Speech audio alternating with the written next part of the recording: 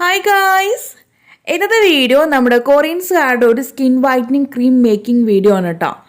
അവരുടെ daily skin care റൊട്ടീനിൽ അവർ ഉൾപ്പെടുത്തിയിട്ടുള്ള കുറച്ച് ഇൻഗ്രീഡിയൻസ് ഉണ്ട്. മെയിൻലി അവരുടെ വീക്ക്നെസ് എന്ന് വേണം പറയാനായിട്ട് അവരുടെ ഇൻഗ്രീഡിയൻസിനെ.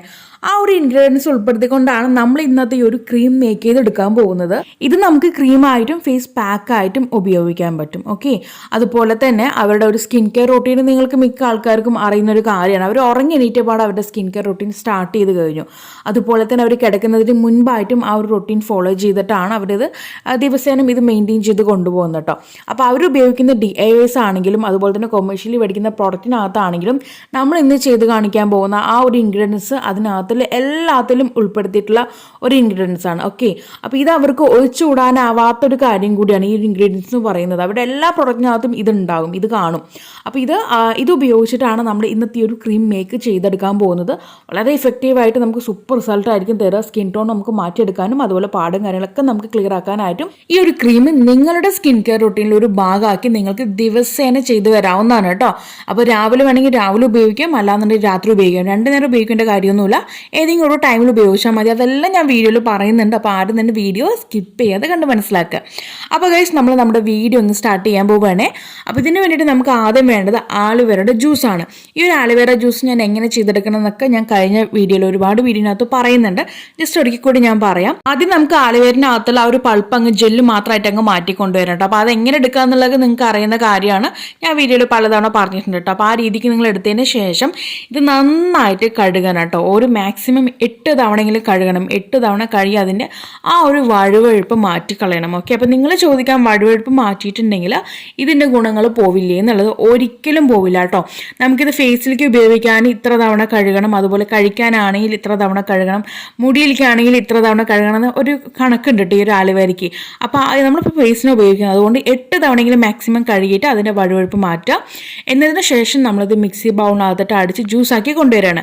എന്നിട്ട് ആ ഒരു ജ്യൂസിന് മീഡിയം ഫ്ലെയിമിലിട്ട് നമ്മൾ തിളപ്പിച്ച് കൊണ്ടുവരികയാണ്. തിളപ്പിച്ചതിന് ശേഷം നമ്മളത് ഫിൽറ്റർ ഉപയോഗിച്ചിട്ട് അങ്ങ് അടിച്ചു മാറ്റുക. അതിൻ്റെ പിഷിടൊക്കെ മാറ്റിയിട്ട് ജ്യൂസ് മാത്രമാക്കി കൊണ്ടുവരാം. അങ്ങനെ മാറ്റിയെടുത്തുള്ള ജ്യൂസാണ് ഇപ്പോൾ ഈ കണ്ടുകൊണ്ടിരിക്കുന്നത്. ഇതുപോലെ എടുക്കുന്ന ആലുവേര ജ്യൂസ് ഉപയോഗിച്ചിട്ടാണ് കേട്ടോ ഞാൻ നിങ്ങൾക്ക് ജെൽ മേക്ക് ചെയ്ത് നിങ്ങളുടെ ഓരോരുത്തരുടെ കയ്യിലും എത്തിക്കുന്നത്.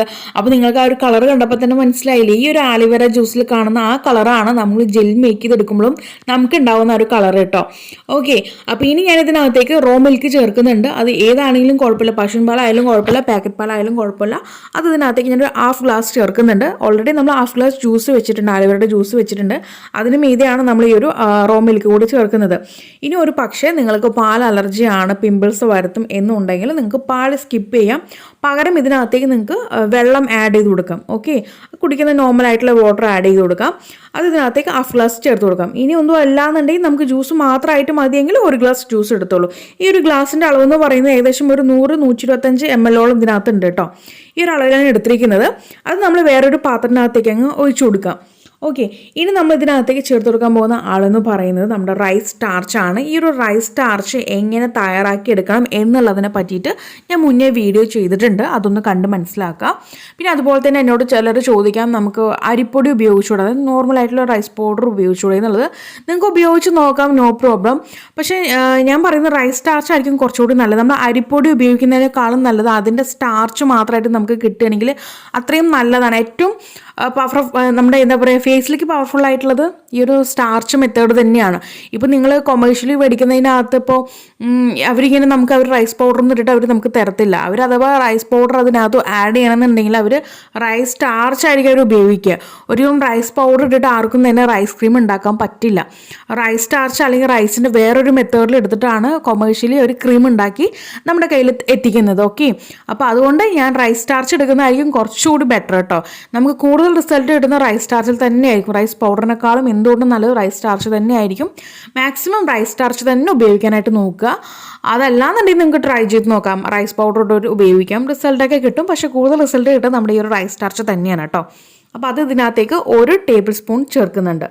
അതുകൂടി ചേർത്ത് നന്നായിട്ട് മിക്സ് ആക്കുക. മിക്സ് ആക്കിയതിന് ശേഷം നമ്മൾ ഗ്യാസ് ഓൺ ചെയ്തിട്ട് മീഡിയം ഫ്ലെയിമിലിടുക. എന്നതിന് ശേഷം അതൊന്ന് കുറുക്കി കൊണ്ടുവരാം. ഗ്യാസ് ഓഫ് ചെയ്തിട്ട് കഴിഞ്ഞാലും നമ്മൾ മിക്സ് ചെയ്യുന്ന കാര്യം നിർത്തരുത് കേട്ടോ. നമ്മുടെ ഒരു കൂട്ട് തണുക്കുന്ന വരത്തേക്കെങ്കിലും നന്നായിട്ട് മിക്സ് ചെയ്ത് കൊടുത്തുകൊണ്ടേ ഇരിക്കുക. ഓക്കെ, അപ്പോൾ തണുത്ത് കഴിയുമ്പോൾ നമ്മൾ ഉണ്ടാക്കിയിരിക്കുന്ന കൂട്ട് കുറച്ചുകൂടി തിക്കായിട്ട് നമുക്ക് കിട്ടും. ഇനി നിങ്ങൾക്ക് ഒരുപാട് തിക്കായിട്ട് വേണമെന്നുണ്ടെങ്കിൽ ഇതിനകത്തേക്ക് റൈസ് സ്റ്റാർച്ചിൻ്റെ അളവ് കൂട്ടി കൊടുക്കാം. ഏകദേശം നമുക്കിത് 1 മുതൽ 2 ടേബിൾ സ്പൂൺ വരെ അങ്ങ് ആഡ് ചെയ്ത് കൊടുക്കാം കേട്ടോ. ഒരു 125 ml ഈ ഒരു ക്വാണ്ടിറ്റിക്ക് നിങ്ങൾക്ക് 2 ടേബിൾ സ്പൂൺ വരെ ഈ ഒരു റൈസ് സ്റ്റാർച്ച് ആഡ് ചെയ്യാവുന്നതാണ്. അപ്പോൾ ഞാനിവിടെ 1 ടേബിൾ സ്പൂണാണ് ആഡ് ചെയ്തിരിക്കുന്നത്. അതുകൂടി ചേർത്ത് ഉണ്ടാക്കിയിട്ടുള്ളതാണ് ഈ ഒരു കൂട്ട്. ഇനി ഞാനിത് നല്ല എയർ ടൈറ്റ് ആയിട്ടുള്ള ഒരു കുഞ്ഞു ബോട്ടിലിനകത്തേക്ക് അങ്ങ് ആഡ് ചെയ്യാണ്. ഈ ഒരു ബോട്ടിലിനകത്ത് ഒട്ടും തന്നെ വെള്ളമൊന്നും പാടില്ല, ക്ലീൻ ആയിട്ടുള്ള ബോട്ടിലായിരിക്കണം. അപ്പോൾ ഞാൻ ഈ ഒരു ബോട്ടിനകത്തേക്ക് അങ്ങ് സ്റ്റോർ ചെയ്യാണ്. നമ്മളൊരു 5 to 7 ഡേയ്സ് വരെ തന്നെ നമുക്കിത് സ്റ്റോർ ചെയ്ത് വെക്കാൻ പറ്റുള്ളൂ. കാരണം ഇതിനകത്തേക്ക് നമ്മൾ പാല് ചേർത്തിട്ടുണ്ട്. അതുകൊണ്ട് തന്നെ നമുക്കിത് ഒത്തിരി നാളത്തേക്ക് എടുത്ത് വെക്കാൻ പറ്റില്ല. ഒരു 7 ഡേയ്സ്, 5 to 7 ഡേയ്സ് അത്ര തന്നെ പോകത്തുള്ളൂ കേട്ടോ. നമ്മളെല്ലാ DASും അങ്ങനെ തന്നെയാണ്. നമുക്ക് ഫ്രിഡ്ജിൽ വേണം സ്റ്റോർ ചെയ്ത് വെക്കാനായിട്ട്. ഒരു 5 to 7 ഡേയ്സ് തന്നെ പറ്റത്തുള്ളൂ. അതിൽ കൂടുതൽ നിൽക്കത്തില്ല, അതൊന്നും കേട് വന്ന് പോകും. നമ്മൾ ഇതിനകത്ത് പ്രിസർവേറ്റീവ്സ് ചേർക്കുന്നില്ല, അപ്പോൾ അതുകൊണ്ട് കേട് വരും. ഇനി നമുക്കിത് ഉപയോഗിക്കേണ്ട മെത്തേഡ് നോക്കാം കേട്ടോ. നിങ്ങൾ രാവിലെ ചെയ്യണമെങ്കിൽ അത്രയും നല്ലതായിരിക്കും. കാരണം കൊറിയൻസ് രാവിലെ എണീറ്റ പാട് അവർ മിൽക്ക് വെച്ച് ക്ലെൻസ് ചെയ്യും കേട്ടോ. ഫേസ് നന്നായിട്ട് ക്ലെൻസ് ചെയ്യാറുണ്ട്. അതുപോലെ തന്നെ ആലുവേറ ജെൽ ഉപയോഗിച്ചിട്ട് മസാജ് ചെയ്യാറുണ്ട്. റൈസ് ഉപയോഗിച്ചിട്ട് പാക്ക് ഇടാറുണ്ട്. ഓക്കെ, അപ്പോൾ നമ്മൾ ഈ ഒരു 3 കാര്യങ്ങൾ കൂടി ചേർത്തെടുത്തിട്ടുള്ള ഒരു ക്രീമാണ് അല്ലെങ്കിൽ ഒരു പാക്കാണ് ഇപ്പോൾ നിങ്ങൾക്ക് എത്ര നേരം കണ്ടിട്ടുണ്ടായിരുന്നത്. അപ്പോൾ അത് 3ഉം കൂടിയിട്ടാണ് നമ്മൾ രാവിലെ നമ്മുടെ ഫേസിലേക്ക് കൊടുക്കാൻ പോകുന്നത്. അപ്പോൾ നമ്മൾ ഈ ഒരു പാക്ക് അല്ലെങ്കിൽ ഒരു ക്രീം നമ്മുടെ ഫേസിൽ അപ്ലൈ ചെയ്തിട്ട് ഒരു 5 മിനിറ്റ് നന്നായിട്ട് മസാജ് ചെയ്യുക കേട്ടോ. മസ്റ്റായിട്ട് മസാജ് ചെയ്യണം. മസാജ് ചെയ്ത് നമ്മുടെ ഫേസിൽ പിടിപ്പിക്കുക. ഓക്കെ, എന്നിട്ടൊരു 15-20 മിനിറ്റ് കഴിഞ്ഞ ശേഷം നമുക്കതങ്ങ് കഴുകി കളയാവുന്നതാണ്.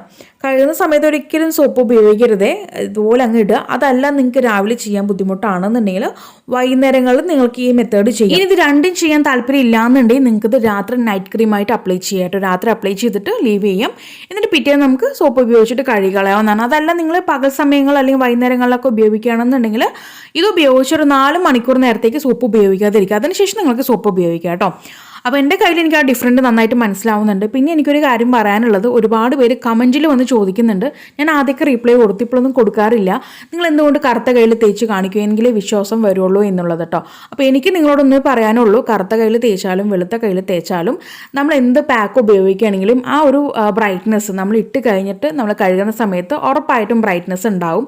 അതൊരു 5 മിനിറ്റ് നേരത്തേക്കെങ്കിലും ഉണ്ടാവും കേട്ടോ. നമ്മളിത് കണ്ടിന്യൂസ് ആയിട്ട് ചെയ്യുമ്പോഴാണ് റിസൾട്ട് നമുക്ക് അറിയാൻ സാധിക്കുള്ളൂ. അതല്ലാതെ ഞാനിപ്പോൾ ഒരു പാക്ക് നിങ്ങൾക്ക് കാണിച്ചു തന്നിട്ട് ഒരു പ്രാവശ്യം എൻ്റെ കയ്യിലിട്ട് കാണിച്ചിട്ട് നിങ്ങൾക്ക് എന്ത് റിസൾട്ടാണ് മനസ്സിലാക്കാൻ പറ്റുക?